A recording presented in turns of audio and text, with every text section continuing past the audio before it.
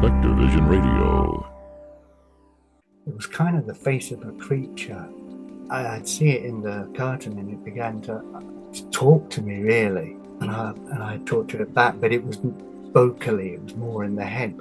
And it was very grindingly terrifying that this thing wore me down every night.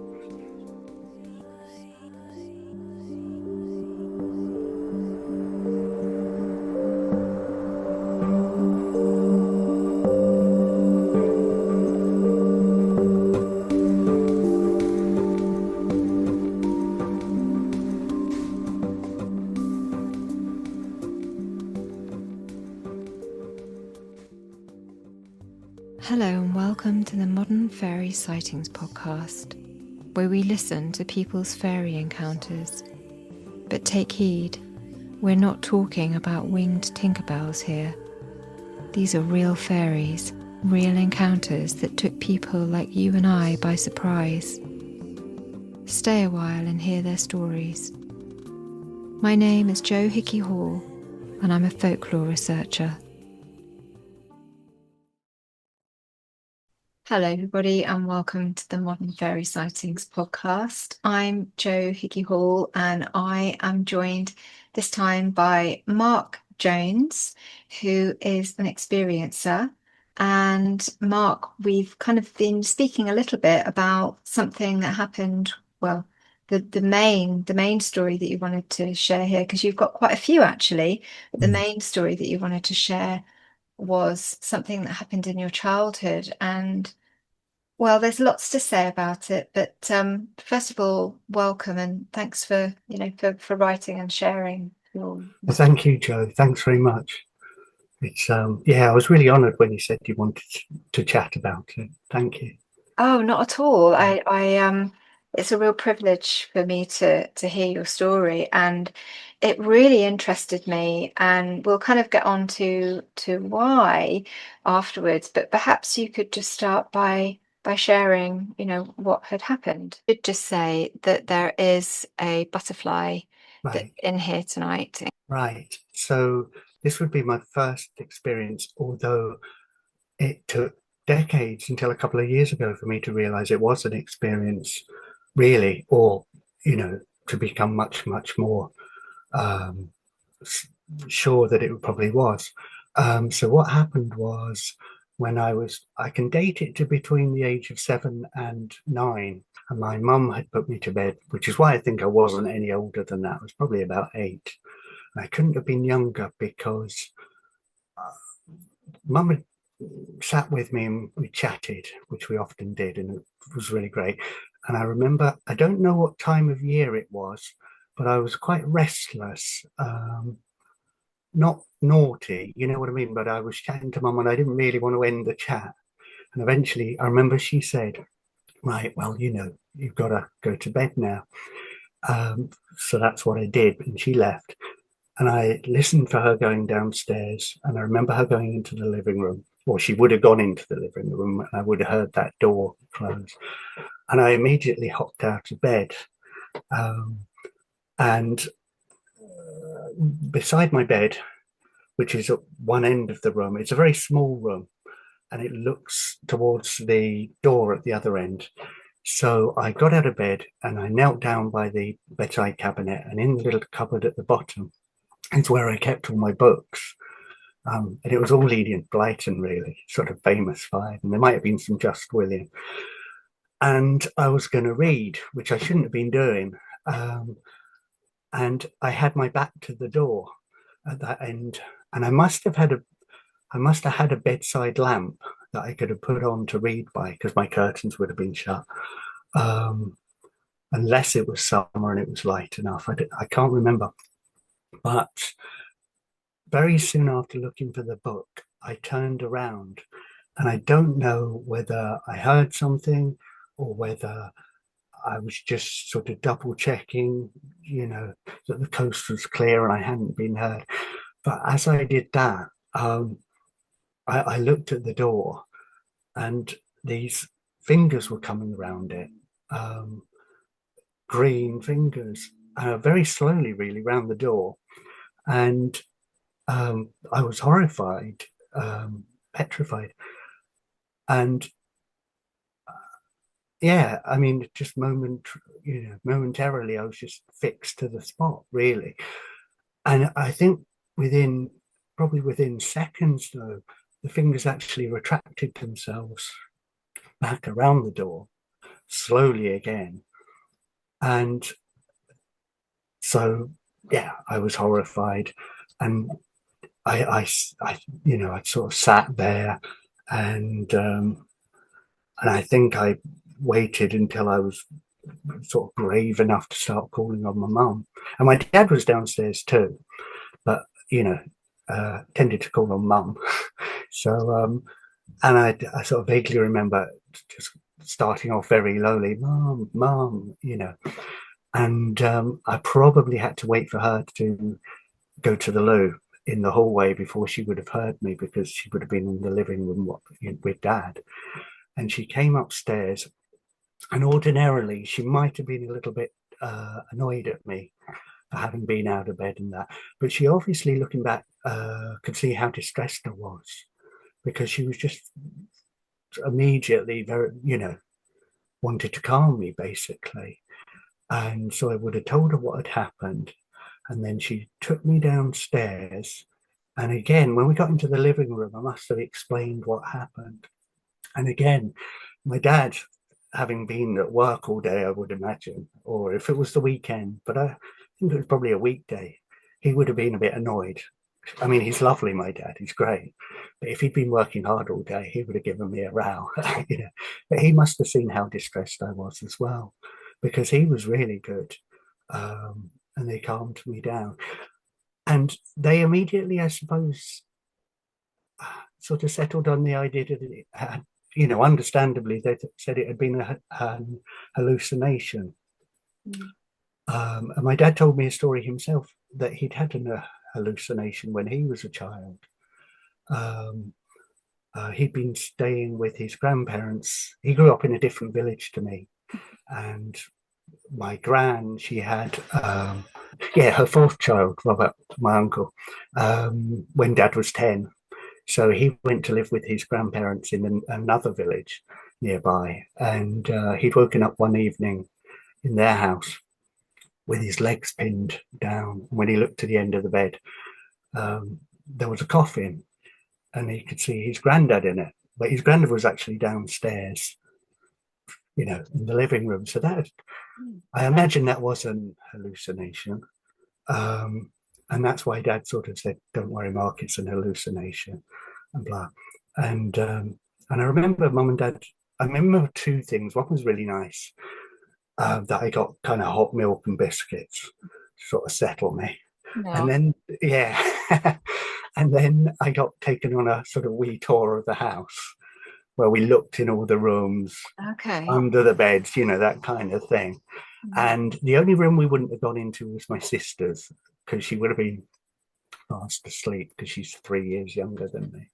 I accepted that explanation, which was perfectly logical at the time. And I probably was expected to tell my grandparents at the weekend about it, when we went to lunch at my mum's parents next door, or to my dad's parents in another village.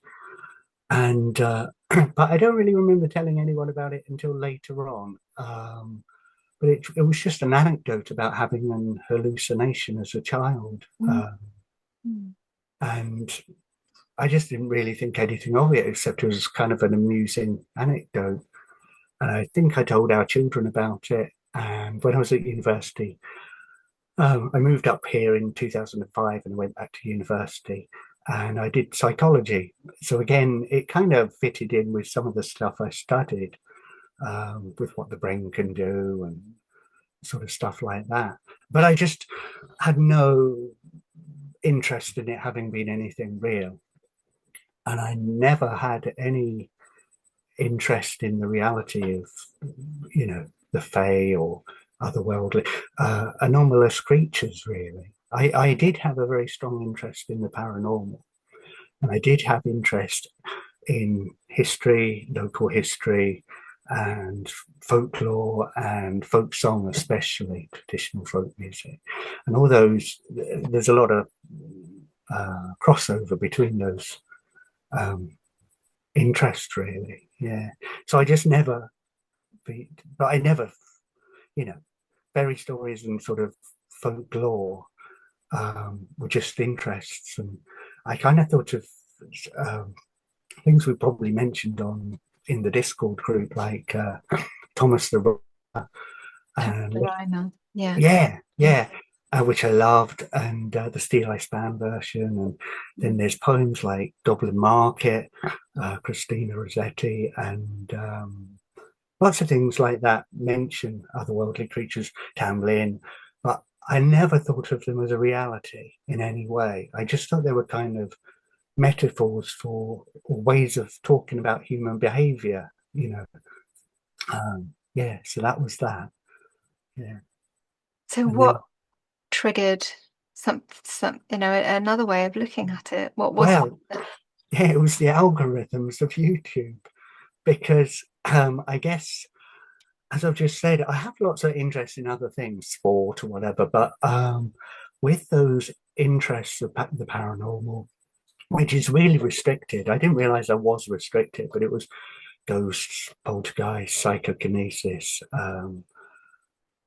telepathy, that kind of thing. But it was all kind of human related, I guess. Yeah. And then, folk song, folklore, history, blah, blah.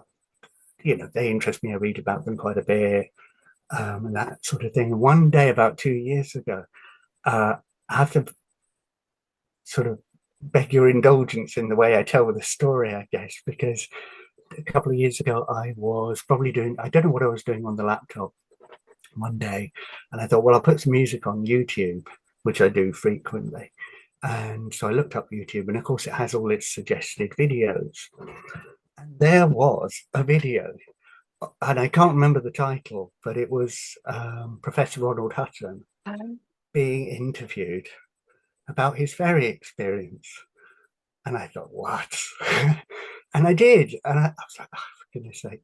And I have to, I'm sorry, because, and I thought, what's this about? Because I really liked him. I'd seen him in plenty of programs over the years, Victorian Farm, and talking about wassailing and stuff like that. So it was great. But I thought, what is this? But over the next couple of days, I think that, it kept popping up.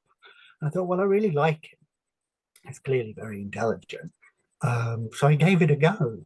And I was really impressed by his sincerity and also by yours. And I thought, well, this isn't this isn't woo-woo. Sort of, It's not what I was expecting. And you were clearly really intelligent and sincere and knowledgeable, So I thought, well, I was just really intrigued. And I wasn't thinking about that experience one bit, but I was intrigued. So I found the website and I found the podcast, and I started listening to the podcasts. And again, I didn't realize I didn't realize I was being a bit condescending, probably, but I was a big fan of the Danny Robbins series, like Battersea Poltergeist and then Uncanny. I loved them. And the vast majority of the time with those, I couldn't explain away, they are baffling stories. They really are. And I thought, well, I'll give the Modern Fairy, podcast a go. And I'll try to work out why all these people believe in this stuff. And I found it a really relaxing listen and really fascinating, because again, I started at episode 1, I think, and started working through the first season. I didn't think I'd go with it for very long, but what I was impressed with again was the sincerity of everybody. And then the 2 episodes the first one was a guy who, as a child, had been reading on his bed, and he had the book up against his knees, and he'd looked up at one point, and there had been a little man sitting at the end of the bed, and been scared, and he'd gone to his mum, funnily enough. And I was like, oh, wow, that's weird, because something similar happened to me, although I only saw a hand. I thought, that's weird.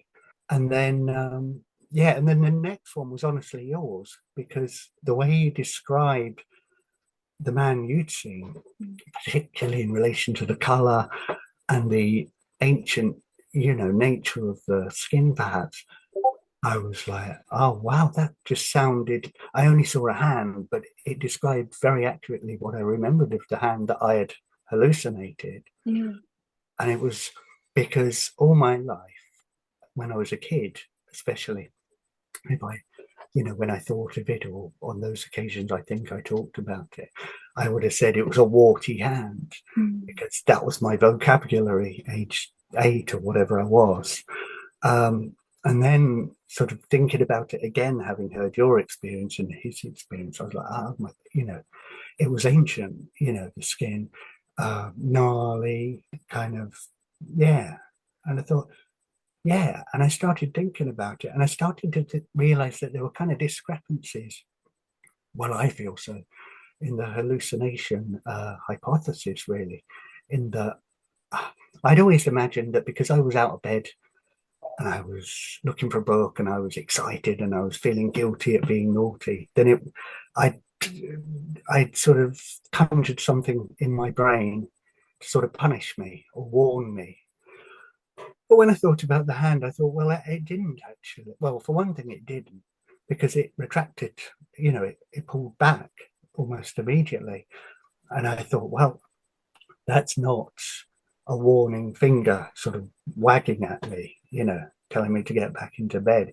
It's more like something that didn't want to be seen or didn't want me to see it. Maybe it didn't want to frighten me, or it was frightened itself.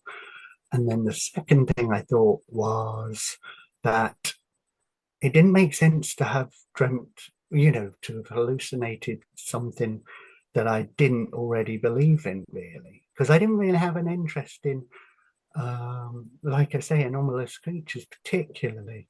I had all the Usborne books, but the ghost one was my favorite. The ghost one was my favorite. I wasn't that bothered about the monsters one. There's the Loch Ness monster, and I was thinking the other day about Cottingley too. Right. That was that was such a big thing even in our childhood, wasn't it? Yeah. But even so, I think that was around the time that Francis and they were kind of interviewed as elderly ladies, weren't they? And they were kind of admitting to the fact that the photos themselves had been faked. So I think, again, ghosts were my thing, basically, at that age. And so thinking about it 2 years ago, I suddenly thought, well, why wouldn't I have hallucinated a ghost? It would have made more sense. I would have been, I don't know. But the more I thought about things, the more I thought, well, actually, I think it's more likely it ties in with what all these people that seem really genuine and convincing. And I asked myself, though, because I remember thinking about it again 2 years ago when I was going through these thought processes, and you're like, come on, you're on the verge of saying, yes, I think it is that. And then you're like, am I going too far here? Am I convincing myself for some other reason? Do I want this to be exciting? And I thought, well, I don't really do I want to believe this was real? One, because it's going to change your whole worldview, really, isn't it? It's going to, it affects how you see reality. And then I remember thinking, this is quite funny to me now, is that I remember thinking, oh my God, if it's real, what was it doing in my mum and dad's house?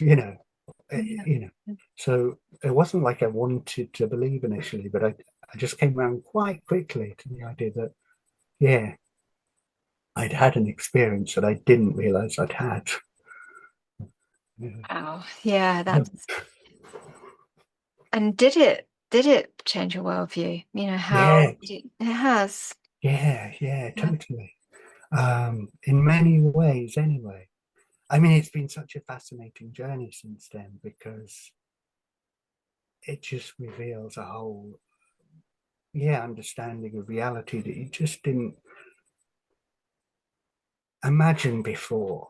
And it maybe opens doors that were closed, in that I had an interest in certain aspects of the paranormal, ghosts and poltergeists and things like that. But it really opens up another sort of, wow, whole kind of universe of what might be possible. What is out there really, and what might.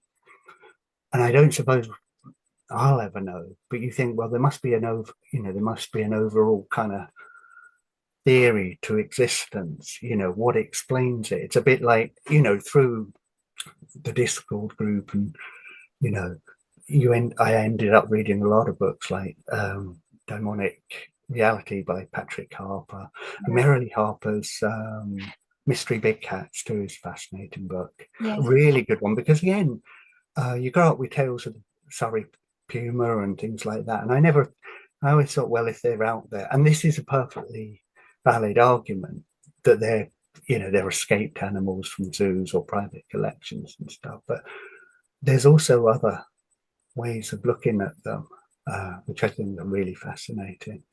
Yeah, true. As Paul Sinclair's work has shown as well, that there's these creatures out there that seem to be around, and and they don't kind of follow the pattern that live creatures would either. They can kind of appear and disappear at will, that they're much larger or seem to have kind of supernatural traits. Yeah, it's interesting, isn't it? And of course, when you're referring to the Discord, you're referring to, because you are in our Modern Fairy Sightings Patreon group, of which there is a Discord. And so, yeah, you're right. I mean, it's a bit of a nightmare for spending on books. We're all a bit, it's just bad, isn't it? Because there are so many great books out there. Merrily Harper's being a very good one. And we're always exchanging ideas on, which books to read. So, yeah. Yes. In case people didn't know what that was about. But it's very interesting, and looking back at the experience, when you wrote to me, I thought of one instance to do with the colour green, which we'll get to in a minute. Right. So as I'm sitting here listening to you, another thing popped into my mind, which was the Incredible Hulk, which of course was green. But perhaps not so much gnarly and ancient, but more kind of a huge hand. But what size was it, and what part of the door? So I'm imagining it's kind of like, the way that you open a door, you kind of grip around. So that's the door, and it's something like this. And did it open the door? What? The door was open, so you would look down. So when I turned around to face the door, I'm looking kind of down that way, and the door is there when it's closed, but it was open. It was about there, and I can't remember. We always kept the door open. Maybe it was so that Mum and Dad could hear if I got out of bed, or maybe it was because I'd originally been scared or wanted to hear them. I don't know. I can't remember, but it was there. So as you say, it came around. And I think, and I can't say with this like with any certainty, but I think it was either up, like directly above the handle or directly below the handle. It was that kind of height. It wasn't tall. I wouldn't, it wasn't like towards the, any higher than that. So it would have been small, or short, sorry. So where did the handle sit on the door? Because I mean, like for instance, in a 1930s house, it's kind of above. It's about 3/5 of the way up the door, whereas in other sort of period houses, it's closer to the middle. Just trying. I would say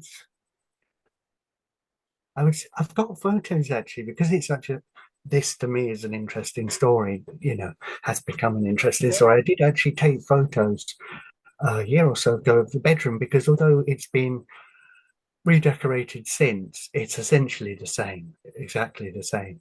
And they've even got that bedside cabinet. Mum and Dad have painted it, but apart from that, it's still there in exactly the same position. So I have taken photos. I can send them to you. Just Great, thank you. but yeah, I think the handle is about halfway up. About halfway up. Maybe, as you say, slightly lower, but not much. It's a modern build. It was built in about 1977. Oh, I see. Okay. Yeah. No, that gives me a sense of it then. And what kind of feeling did you get? I mean, it's you may not be able to answer that, and that's okay because it is such a long time ago. And you Yeah, were between the ages, as you say, of 7 and 9 because you yeah, were old enough to read. yeah. And yeah. Yeah, I was a little bit. The reason I can say seven really is because I was slow at reading, Hmm. um, which totally changed. I mean, to go back to Enid Blyton, I didn't read because I didn't need to, because my mum would read to me. And then all of a sudden, when I was 7, my grandparents bought me Fido Off to Camp. They brought it back from their holiday, and mum started reading it. And within a couple of days, I was just like, I cannot wait till tomorrow to hear that next chapter. I have to read that. So Oh. that's how I can date when I could read. So it couldn't have been earlier than that. Yeah. So, yeah, were you asking, sorry, Joe, how I Yeah, I feel? was just remembering there about the fact that you said you had listened to that episode, which was "Should I Stay or Should I Go?" And this is where this little boy. I was just thinking about how lovely it was that you were inspired to read, because we do remember those times in our lives, don't we? Yeah. Where Oh, suddenly yeah. we're kind of like we get onto something, and Mm, it's exciting, and it's one of those things that perhaps we take through life with us. And I know for that little boy. Um, and that was in the 70s as well, all actually. right. Yeah. Reading was his life. He just absolutely Mm, adored reading. And what was interesting, I found, was that this was something that he then continued to do throughout his life. He had a job, around, I think, around publishing as well, and he always was around books in his life. mm, And just this sense that that was the point that this being turned up.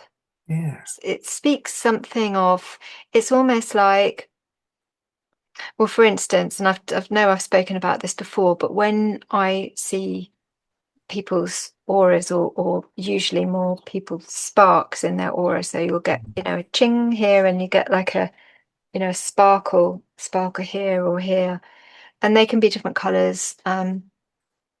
And I always notice it happening when that person is really talking about something they love. Right. It's almost like the kind of joy around them, or the connection. It's something to do with, it's almost like you're seeing something in their consciousness, like something, yeah, chiming with them at the depth of who they are.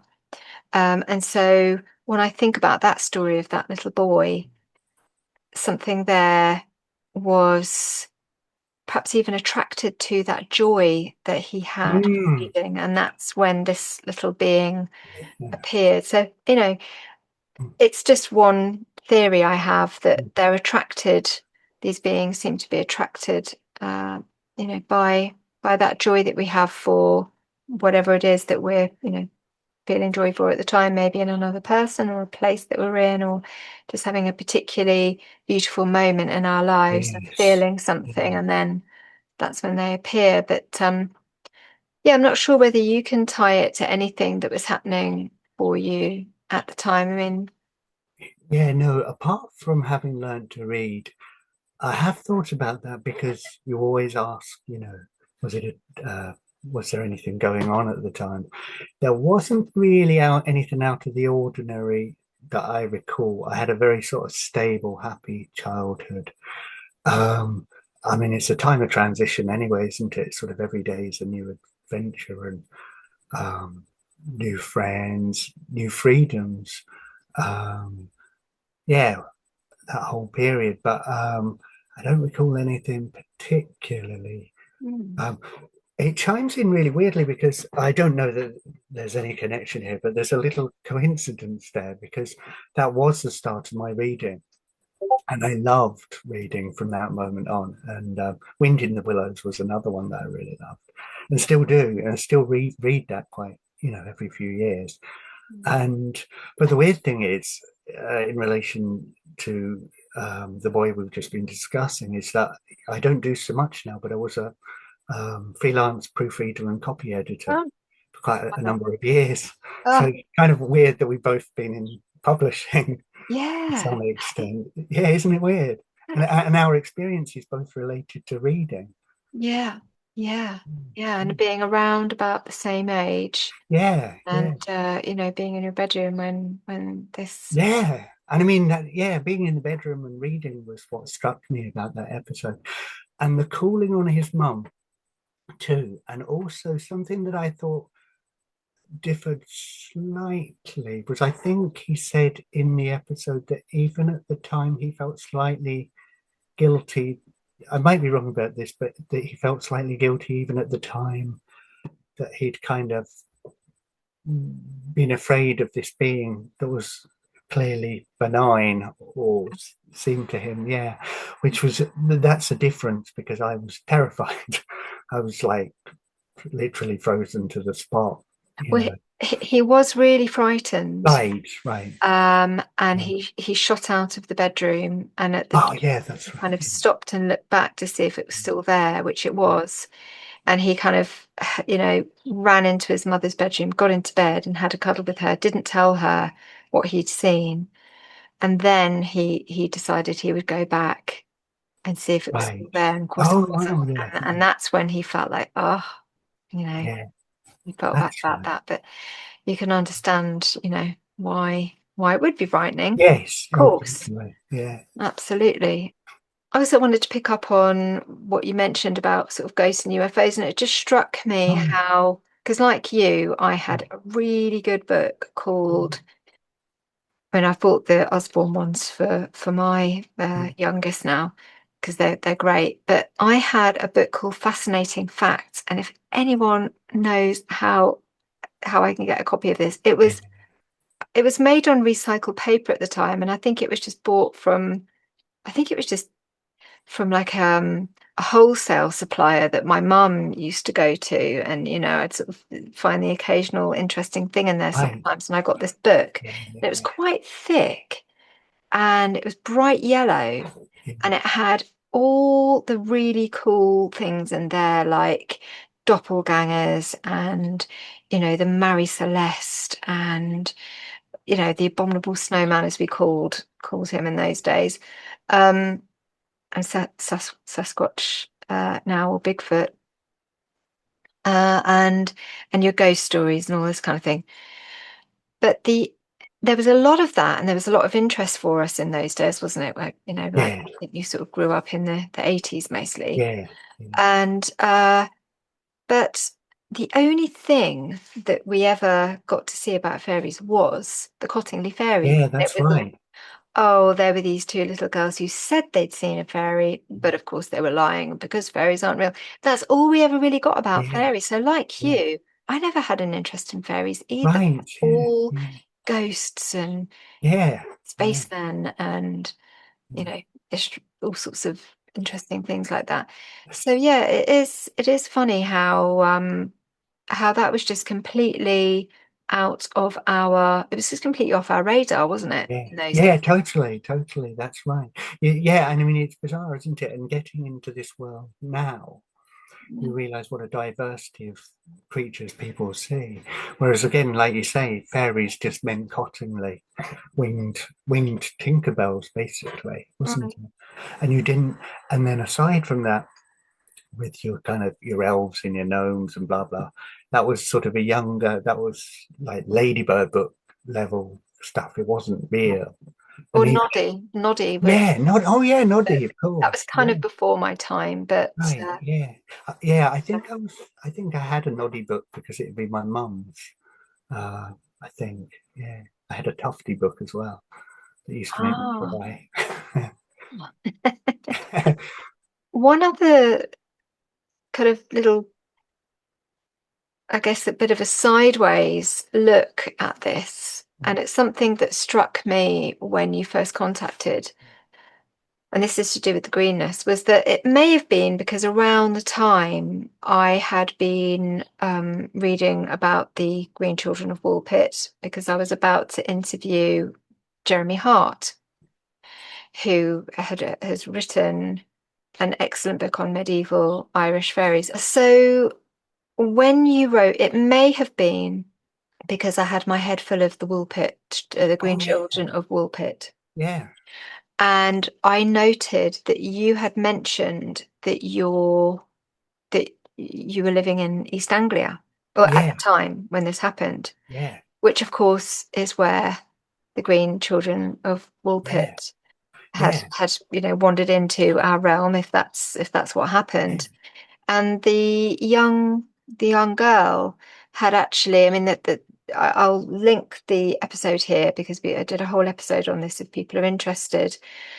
And there's an excellent book by John Clark that I can highly recommend as well, about the Green Children of Woolpit, which is a fairly recent book. The story goes, just in a nutshell, with these two beings and the relationship to Sanglia, is that the brother, the two children, one was a little boy, the other was the older one was a girl, and the brother sadly died, and the sister ended up staying around the area because she married a man from King's Lynn. So the witnesses tell us, or the people that wrote about what had happened at the time. And so, I was just thinking of the Green Hand, and well, this is in East Anglia, and it was just too tempting not to mention that to you. And it was quite funny when I did, because you said there's not a sort of blood relation link with that, but there was something, wasn't there? Yeah, there is, because again, this is just a sort of proof of how little I believed, or I didn't ever think of my hand as being fairy, fae at all. It was just an hallucination.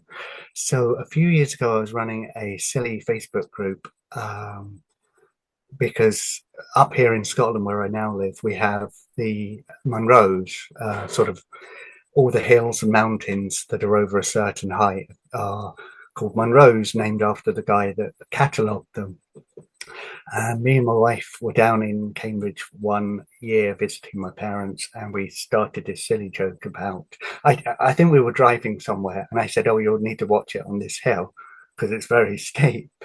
And she laughed because obviously most of East Anglia is very, very flat.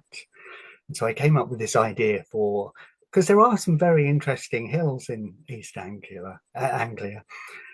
So I decided to call them the Mundanes instead of the Munros. And it was, yes, terrible pun. And so I started researching, and it went quite well, actually. I ended up doing this Facebook group for a little bit. And I would also not just write about the hills, but I would do little bits on folklore and stuff in a very amateur way. And one of the articles I wrote was about the Green Children of Woolpit, because I just came across it in some book or something. And again, it was just, it's just a fascinating anecdote from history, but it's, what were they thinking of, And so I wrote that, and then my Uncle Richard, he commented on this article and said, well, I went there to a wedding. Your Uncle Peter, who was my grand's brother, he had married a girl from Woolpit, Auntie Margaret. Gosh, must have been sort of mid to late 50s, I'd guess, maybe the early 60s. So that is my very tenuous connection to Woolpit. But she was, I never knew that. Right. Yeah. Well, I often wonder, I really do think about it quite often, what happened to that family, because, she may have had children. Yeah, there might be a bloodline there. There could be a bloodline there, and I do wonder if people are walking about, completely unaware that, they go back to this family. Yeah, that's right. Yeah.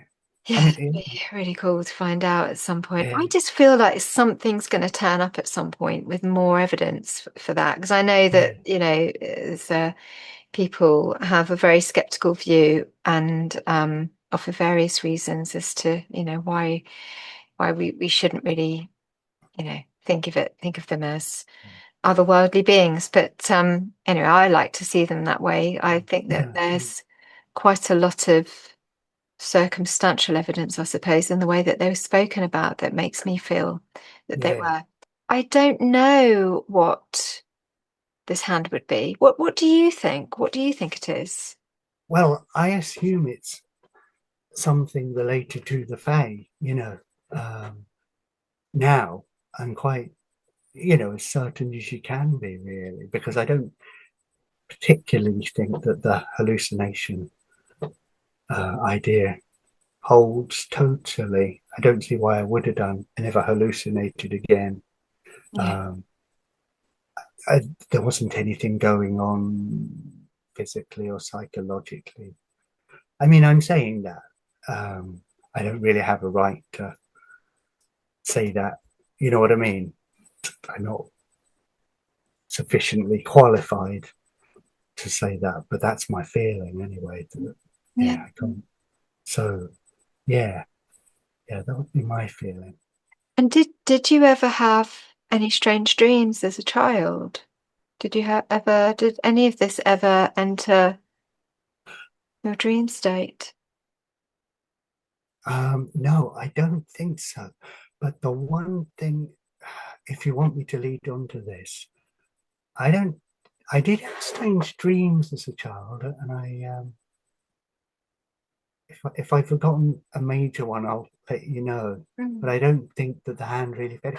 I just didn't believe in that hand as being real for decades because my mum and dad were just so comforting, understandably.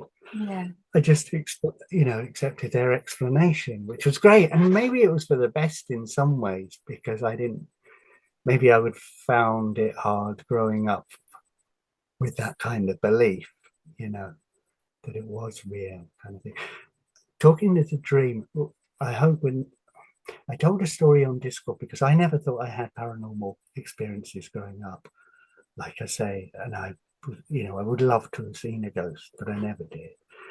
And then again to advertise the Discord group, again, you asked the question once, and I don't recall quite what the question was because my answer wasn't entirely relevant to what you'd asked, but something about the question suddenly reminded me of something.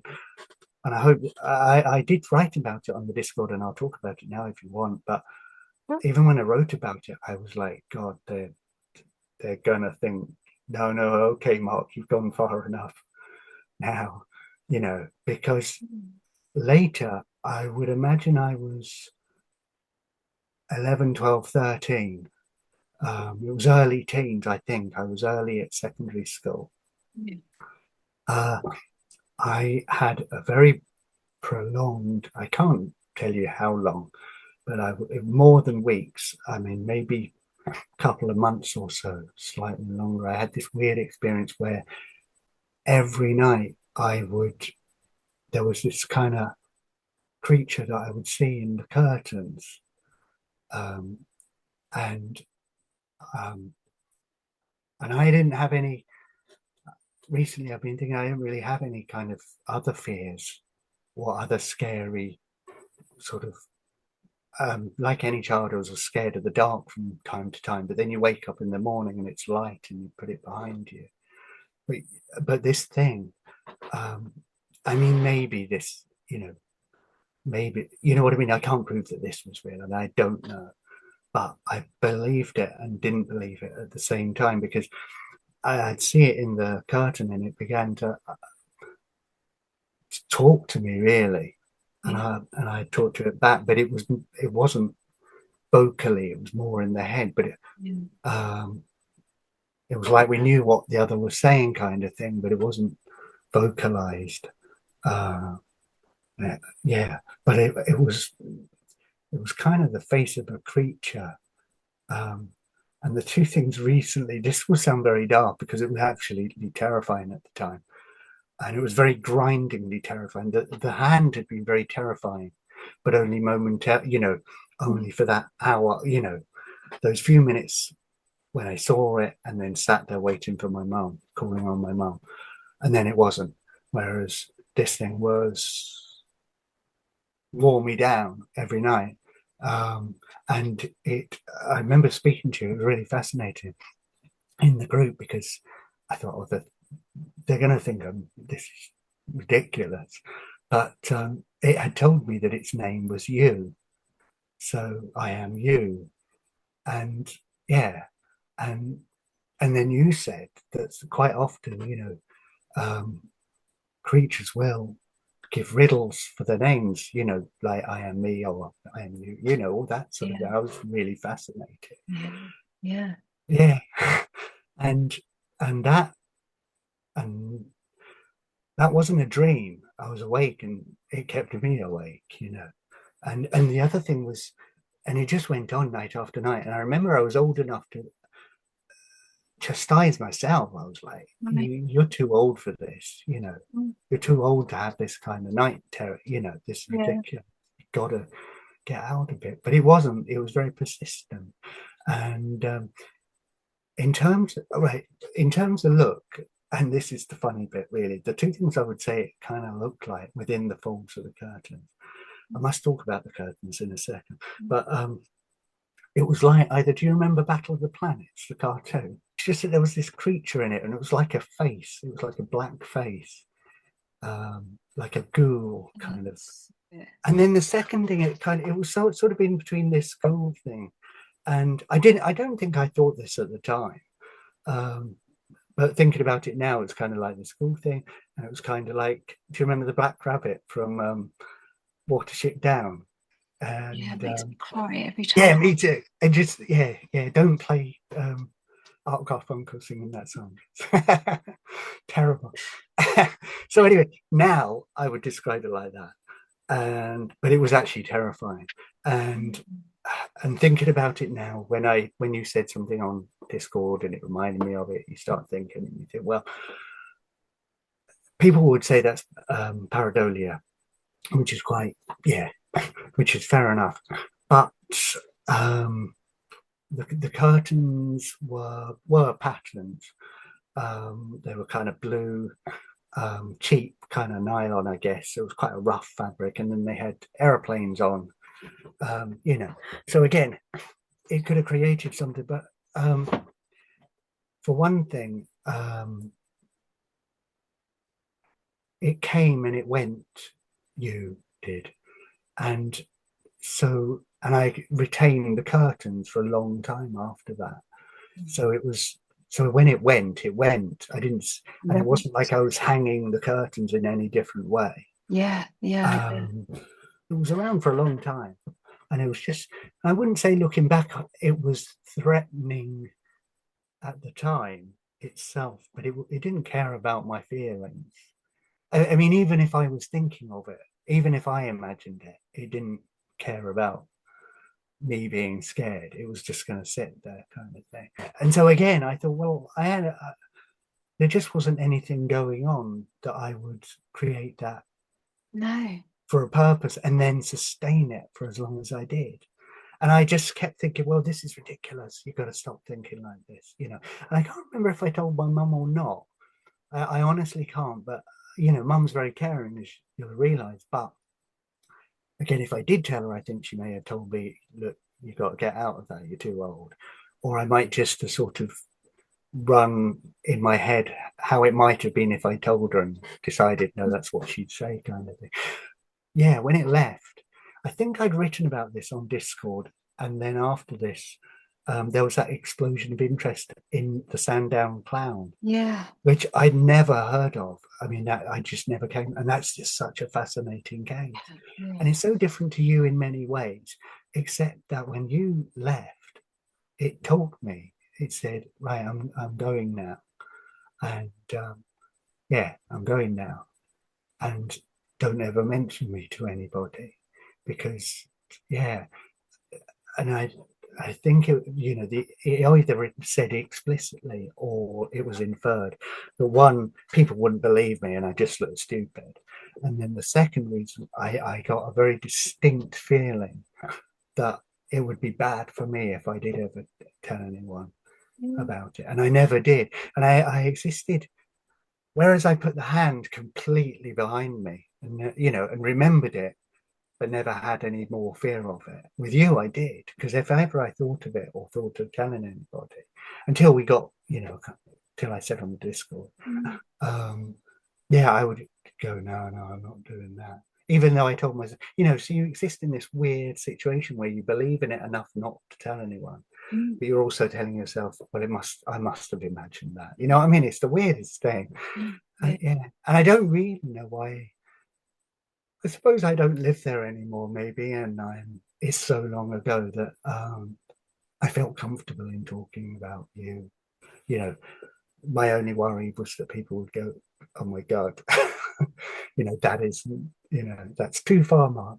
But the thing about the Sandown Clown was just that everything else about that's quite different, except that it's a very extreme kind of being,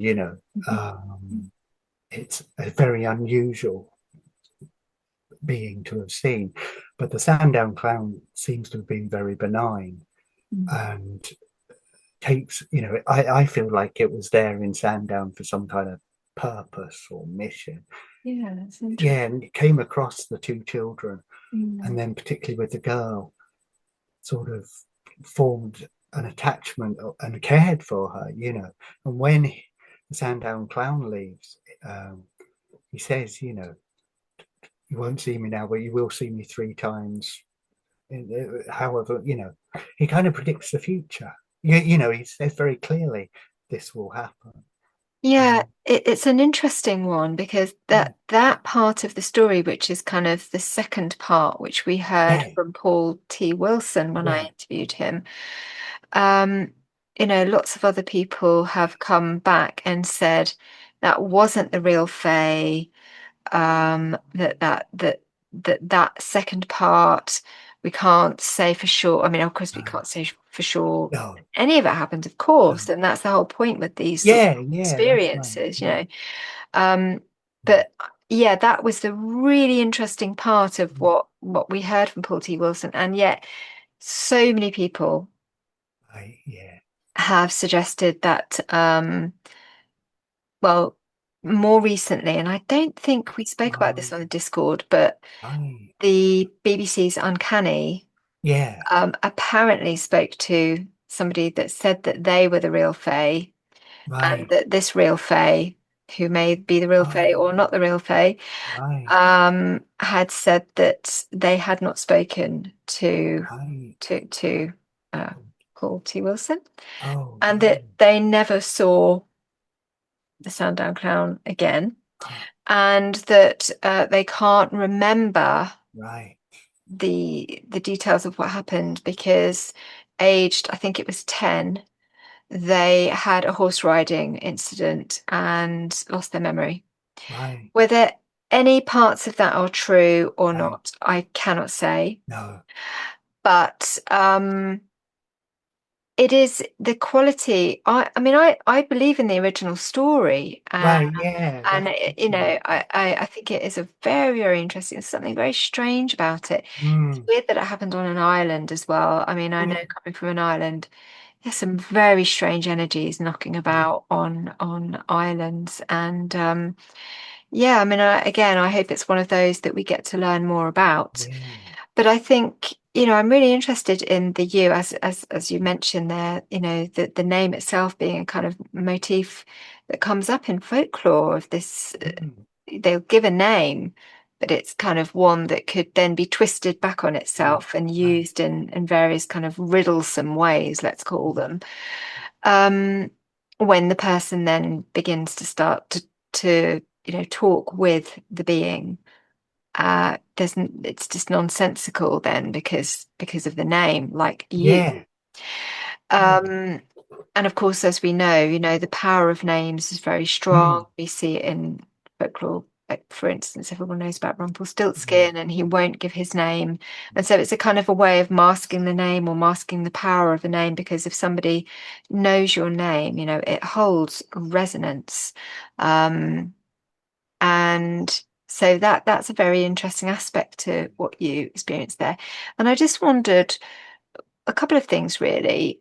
You said that he was kind of sitting there, so sort of within the curtains. Yeah, And I wondered kind of how big he, I'm assuming he might have been, and yeah, what sort of shape, and then also what kind of vibe you felt from him. I know yeah. it's scary, and there was this kind of telepathic connection, and I totally Mm. get that. But yeah, I wondered what sort of a character you think they were. Right. Well, in terms of size, um, maybe again, I find it difficult to explain how sort of what Yeah, size the window was, but it's not a big window. It's not it's a fairly average bedroom window for a sort of 1970s house, really. yeah. And I'd say it took up about, I mean, actually, less than a third, maybe. But that's quite hard to judge at this distance, to be honest, thinking about it. Yeah. And it certainly loomed large in my, you know what I mean? Because it was scaring me, it kind of loomed. Yeah, maybe a little less than a third. And did you get an Then, impression of what it looked like? yeah, it was a very dark shadow. So it was a very dark shadow. So again, you'd want to say it was pareidolia, but it wasn't there before and it wasn't there after it said it would leave. So there's no reason why you would stop seeing it, why it would be so dark in that particular fold of the curtain. Mhm, mhm. Yeah. And then for vibes, yeah, it just sat there really. I say sat, it was just a face really. I mean, I couldn't see, I'm not sure that I could see eyes or anything, but it was, yeah, it wasn't like a body or anything like that. It was it was more a face really, or at least that's how it seemed. And then it was just very, it just sat there. It was just intimidating, really. Again, I'm always coming up with slightly comical analogies, but in thinking about it, since I mentioned it the first time, I feel like I was like a squirrel in the hole of a tree, peeking out, and that had been my home for a little while. And then a big owl comes and sits on the branch just outside, and it's not a nice owl, and it's frightening the squirrel, but the owl doesn't care. The owl's like, well, put up with it, I'm here, kind of thing. So it's a daft analogy, but it had that kind of vibe of something that didn't care it was scaring. Really Yeah, interesting. I'm yeah. glad you shared that. Oh, good. Um, yeah, I think it's really helpful to actually have, the sense of the squirrel Oh, and right, the good. owl.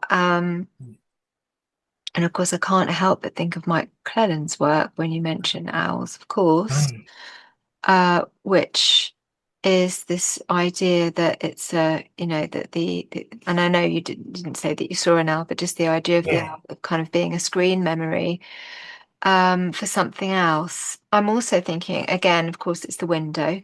yeah, Window. that's right. And you're at that threshold in your age as well, sort of going through Oh, yeah, puberty, which that's is always right. a really big time, and where Yeah, a lot of people have these sorts of experiences. yeah, I don't know whether you moved school around that time as well, but it's often the time that people move from primary to secondary or yeah, to secondary and yeah. all this kind of thing. It could have been, yeah, because I can't completely date it, Mm. but yeah, I do think I was between about 11 and 13. Mm. So I was either at the start or towards the middle of secondary school. Mm. And I had lots of friends, and I, I had lots of friends, but I didn't really enjoy school that much during those years. I wasn't in trouble or anything, but it was when I got into the fourth and fifth year, I think things became much more interesting for whatever reason, and I suppose I had to take an interest, Well, sometimes at that age you can choose your own subjects, which of course you can, if there's a class where people are being really annoying or something, or you just don't like the teacher, you can just say goodbye to those bits that you're not enjoying and do something with the crew that you enjoy being with. Yeah, exactly. And I think that's probably true, actually, because I mean, like I say, I had good friends. I only had one teacher that I really didn't get on with, but that was more a laugh than anything, really. I'm sure he would probably have said the same. We just wound each other. So it wasn't like there was no trauma, but it just wasn't the most interesting period of my life, really. At school, anyway. Yeah. It's very interesting. So I don't know, is there a quality of kind of fear or intimidation when you think about him now? The teacher, do you mean? No, about you. About you. Sorry. That was a lovely misunderstanding. Thinking about my maths teacher. Sorry. Not so much as it was. I'd forgotten about this until the other day when I knew that our interview was coming, our chat was coming up. And I suddenly thought, well, actually, a few years ago, I've always written. I've always really enjoyed writing. And I suppose I've always tended towards ghost stories. Weird stuff. Well, not terribly weird, but And I did think a few years ago, I'd been writing down sort of notes of stories I might get around to writing, and one of them was about you, because I thought, oh, that would be a great subject. But again, I mean, you're a grown adult now, and I don't, like I said, I don't know what the difference is now, but even back then, just a few years ago, I thought, no, I'm not gonna tempt fate by writing about that, because it's a bit too. Yeah, the memory, whether it came from, I can't say whether it was an entity outside of myself or whether I created it. I don't think I can hazard a guess on that one. But either way, the fear remained with me, ever since, really. And like I say, it's a weird fear because on the one hand, you're like, oh, I created that. It was just a childhood fear. You know what I mean? But at the same time, you're too frightened as a 40-year-old as I would have been at the time, in my 40s, to write about it. And I think, again, it's through finding you and the group and discussing experiences that I realized that other people had at worse, bigger traumatic episodes than that. And it makes you think, oh, yeah, that was traumatic for me at the time.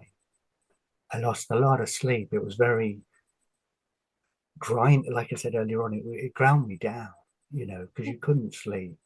And it wasn't a school, I don't want to go to school in the morning, bad kind of, phase. I just don't feel it was particularly connected to anything as concrete as that. So it was more kind of the presence of it rather than anything it was saying to you. It was more that it was there and you knew it was kind of. Yeah, really. I mean, it did say stuff, and unfortunately now I can't remember anything it said apart from when it said it, apart from near the start when it announced, its name was you, and then at the end when it said it was going. But I know, I think I told it to go away, can't believe me kind of thing, and it would say no. But it's hazy memories for what it actually said in that middle period. But yeah, it was just deeply unpleasant, Yeah, that is. But how does it feel to talk about it now? Fine. I don't have any more kind of, for want perhaps of a better word, I don't have any superstitious fears of anything bad happening. But again, like I feel comfortable talking about it. And I don't even feel traumatized. Like I said just then, other people have much worse. I'm now like at a stage where it was a long time ago. It was horrible at the time, but it's not damaged me in the long term. I don't think remotely, apart from the fact that it took to this point where I could be like that, really, I guess. Yeah. But it didn't impinge on anything else in my life. No. It didn't, These have an effect, don't they? They certainly have an effect. For the full-length version, join us and support on Patreon, Modern Fairy Sightings Podcast. Thank you very much, Mark. And the other thing I wanted to mention was your beautiful music. You really have a talent for songwriting, and you're into the kind of 70s sort of psychedelia and folk. Well, I guess psych folk, would it be? Yeah, I guess so. Psych folk. Yeah. You've got a real talent for both composing songs and writing them. So if you would like me to play out with one of your songs, I'd be entirely honoured. But just thank you for sharing it with us, because I'm really happy great. because thank you, because two things really. I've always played guitar, well, since I was 16, and really enjoyed it. And I've written lots of songs over the years, but it's it's the last couple of years through the group, through the website, through finding you through Ronald, Professor Ronald, on that video, on the video that popped up on YouTube. My horizons have exploded in ways that I didn't realize they would. And sort of, I've learned so much from the other members, and it's broadened my spirituality, and, because it, in so many ways that I don't consider, obviously, I'd rather not consider myself as hugely talented or anything, but I feel like the songs that I do write now, they're a little bit more meaningful than the ones I used to write. They're not that, sort of, I'd like to think they're a bit better than the ones I used to write anyway. But that's not to say I think they're any good. I do think they're really great. They are really great, and not anybody can, not just anyone can write songs like that. So I think you definitely have a skill there. But it's been really lovely to to get to know you as well, and just really appreciate you sharing these stories. Thanks. Yeah. It just always makes me realise how many of us just have had these experiences either as children, things that we've thought about and never been able to make sense of, or in our families, and all those sorts of experiences that leave us with questions. So I really appreciate you sharing this with us. Well, thank you. It's been, I'm so grateful, and honoured that you'd want to listen to them. And again, it's validating, isn't it, for you to want to hear me talk about them. And for me to hear them from you, because it's validating for me and the experience, as I'm listening to the kinds of things that you experienced. It draws me back to strange presences in the house where I grew up too, and what that was like. So it's it is validating to hear someone else share. So I know that other people listening and watching this will feel the same. So thanks again. No, thank you. Yes, and I shall speak to you soon. Yeah, brilliant. I'll see you in the group. The butterfly is still there. Wow, amazing. Seems quite happy. Yeah.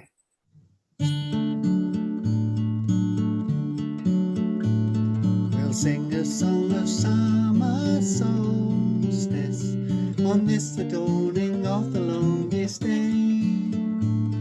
and dance in praise of the sun goddess who lights and warms the land with golden rays.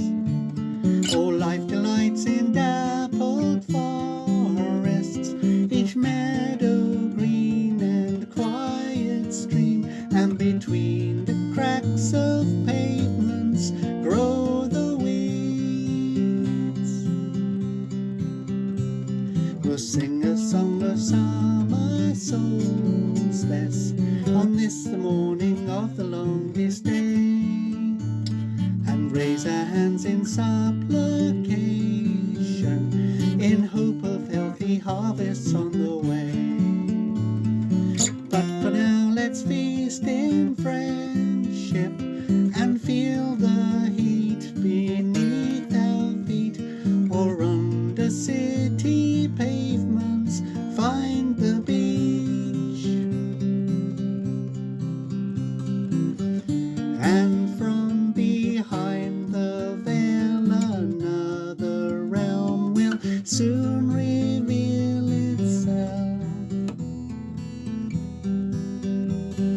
we'll sing the song of summer solstice on this the evening of the longest day. In meadows green or dappled forests, or on urban pavements, it is but the same. By quiet streams or dappled forests, or on urban pavements, yes, it's just the same.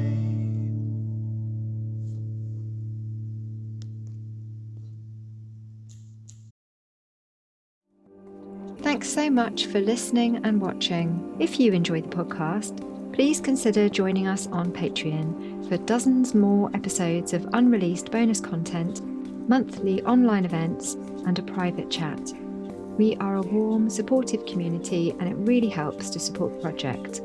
Find us on patreon.com/the Modern Fairy Sightings Podcast.